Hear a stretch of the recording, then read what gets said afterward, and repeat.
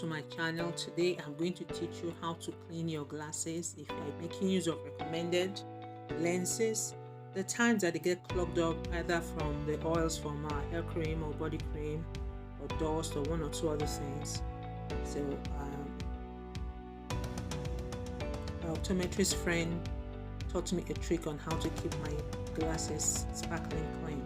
You will just need two items: your toothpaste, any kind of toothpaste, your tissue, and apparently your lens.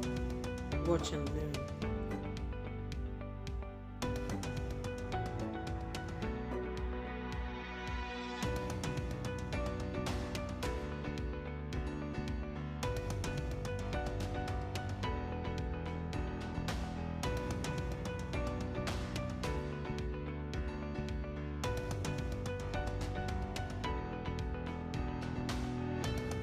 Voila!